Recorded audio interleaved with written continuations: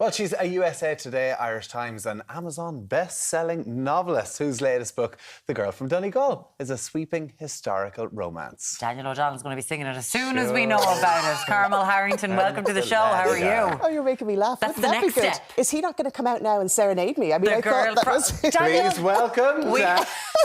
No. We did invite Daniel O'Donnell on the show. There's no comment from his team this morning. It's the girl from Donegal, not the guy from Donegal. The girl from Donegal. This is your 11th novel, and you do that thing, Carmel, where you've got a book a year. Yes. It's been hard going. Tell us about this one. Yeah, well, this one is, there's 3 girls from Donegal, but it starts in 1939.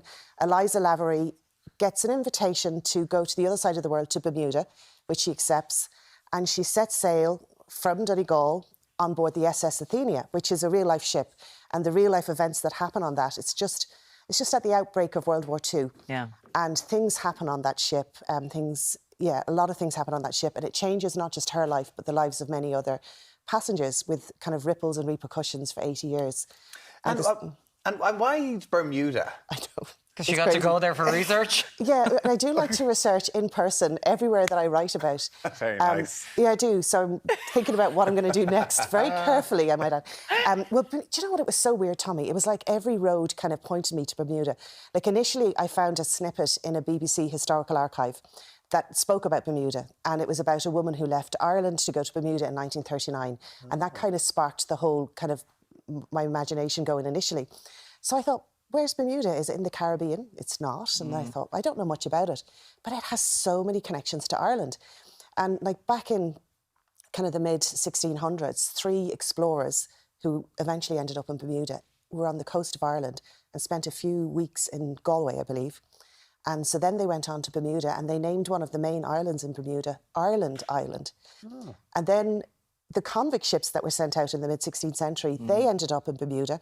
So the Irish, of course, were with the Scottish and the Native Americans and the blacks, causing havoc there, trying to do uprisings against the English who ruled. Yeah. And then after the famine, more went over there after the famine. So there's a lot of Irish connections. So when I kind of read all of that, I thought, it has to be Bermuda for my international location. It really had to be. And did you discover connections? Yes. Like you did? You did all this for your own family? Yeah, well, I had done my DNA testing a few years ago, and what came up on my maternal and paternal, a lot of relatives in Bermuda, and I was going, how is this? Like, I couldn't really understand it.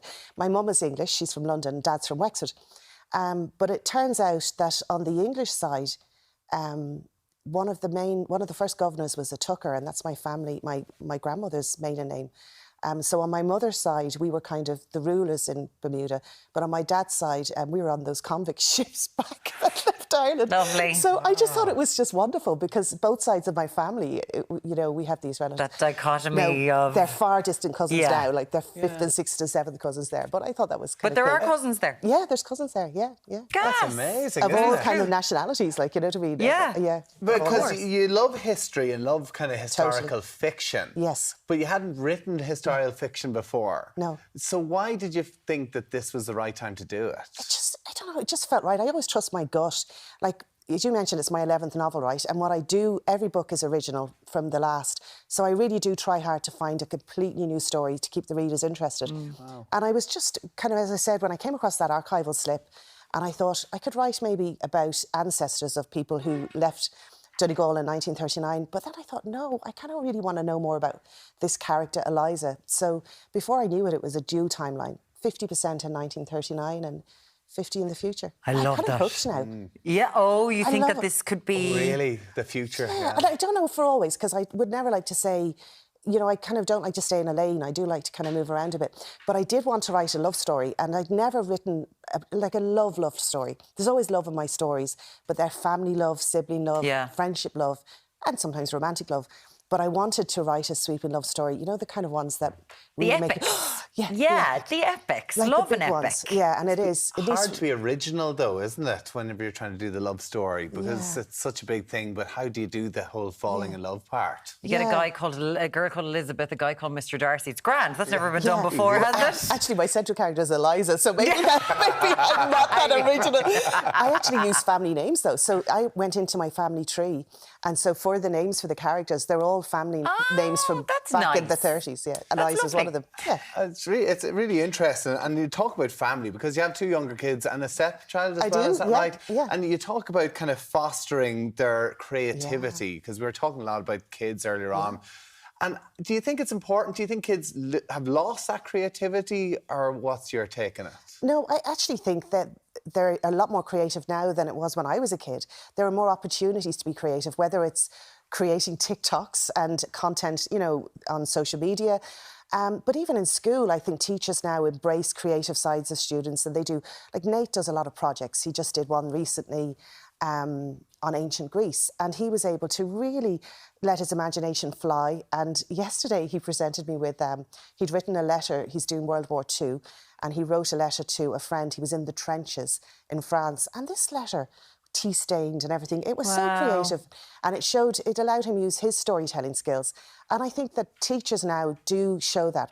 But for me, I go into schools a lot, and what I like to do is there's always one person in every class that wants to be a writer but is too shy and too nervous to share that. And I was that kid when I went to school. So I do like to go in and try and encourage that and foster it and tell them that it's okay not to be sporty. It's okay maybe not to be good at maths, and that you can excel at different things. And being creative is just as important as being academically successful. And it feels like our education system is going that way, recognising other areas. And I know you've created a bursary in your old school, Loretto, in Wexford, for creative writing, which is so lovely. And that was nice to do, it's a lovely thing to do. But as you mentioned TikTok there a second ago. Yes. And we know that TikTok now, it's a thing, right? We're not big on it or anything, but BookTok. Yeah. I went on to that, and it's fascinating. They've created superstars out of people. You're like, did you pass your junior cert? Like, with the writing, with creative writing. How does it feel to be an author and to realise the power of that? Because it is in people's hands now. Like, people are creating the superstars in writing. It is. Which is amazing. It is. And you don't know what's going to go viral. I mean, you hope wouldn't it be nice to go viral, but you don't know what's going to catch someone's imagination. And certain things, one person runs with it, and before you know it, you see like Colleen Hoover's success, who's got like 3 books in the bestsellers charts at the minute simultaneously. And it's because BookTok made her a bigger star. And it's not linear, like with Emily Henry. Yes. Like, there's books from 7 years ago that have gone straight to the bestsellers list. And it's a different type of creativity then, isn't it? Because your creativity is actually writing the book, but then you have to try and spin it a different way. You do. But you know what I love? Like, even my daughter, right, she on BookTok found A Man Called Of, which I read years ago. Like, it's a book that was out several years ago. But she picked it up and she bought it out of her own pocket money, and she bought it. And I thought, well, isn't that great? So she found a book that I don't think she would have picked up otherwise.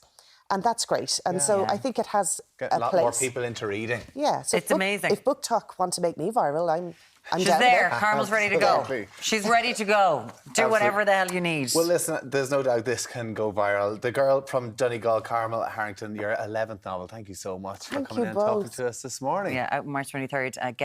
Get Daniel O'Donnell to do it on BookTok. The Girl from Donegal. Viral. He's gone viral on TikTok before. All the time. Could you imagine? Daniel, I actually Carmel's could ready for you. it. He'd be brilliant at it. He'd be amazing at it. Anything to help Donegal. Thank you so much. Pleasure to talk to you, Carmel. Thank you.